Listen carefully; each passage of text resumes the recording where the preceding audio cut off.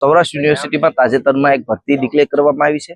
એમના જ ભાગરૂપે એ વિદ્યાર્થીઓને એપ્લાય થવાનું હતું, પણ 2 દિવસ પછી એમની પરીક્ષા છે ત્યારે ગઈકાલે સડનલી 146 થી વધારે જે મહેનતુ વિદ્યાર્થીઓ છે તેને મેલ આપવામાં આવે છે કે ભાઈ તમે ફાઇનલ સબમિટ કરતા ભૂલી ગયા છો, એટલા માટે તમે આ પરીક્ષામાં એલિજિબલ નહીં થઈ શકો। ત્યારે વિદ્યાર્થીઓનું માનવું છે કે ભાઈ અમે અમારી જે ડિટેલ હતી એ ફૂલ ફિલઅપ કરી છે, એ સબમિટ કરી છે, જે ફી યુનિવર્સિટી વસૂલવાની હોય છે એ ફી પણ કમ્પ્લીટલી આ વિદ્યાર્થીઓએ ભરી છે। પછી છે એનું ફાઇનલ સબમિટ, ક્યાંક વિદ્યાર્થીઓને ગેરસમજ પણ થઈ હોય અને વિદ્યાર્થીઓનું નોલેજ પણ ઓછું હોય। આવી તમે લેન્ધી પ્રોસેસ રાખો તો વિદ્યાર્થીને ક્યારેક મિસઅન્ડરસ્ટેન્ડિંગ પણ થતી હોય ને ભૂલ પણ થતી હોય, પણ આ 146 વિદ્યાર્થીને એક સામાન્ય ભૂલના કારણે પરીક્ષાથી વંચિત રાખવા એ યોગ્ય વાત નથી। ત્યારે અમે કુલપતિશ્રીને રજૂઆત કરવાના છે કે તમે આવી લેન્ધી પ્રોસેસના કારણે આ વિદ્યાર્થીઓ સાથે અન્યાય ના કરી શકો।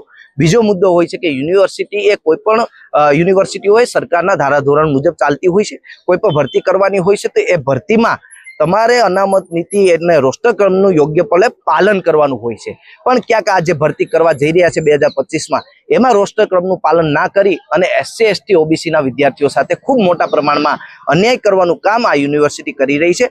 અવારનવાર આ યુનિવર્સિટીઓ SC ST OBC ના વિદ્યાર્થીઓ સાથે અન્યાય કરે છે, ત્યારે આજે અમે કુલપતિશ્રીને મજબૂતીથી રજૂઆત કરવાના છે અને જે આ રજૂઆત છે એ અમે છેક CM અને આયોગ સુધી પણ લઈ જવાના છે કે જો નીતિ નિયમ મુજબ ભરતી કરવામાં ન આવી તો NSUI આ આંદોલન ચાલુ રાખશે।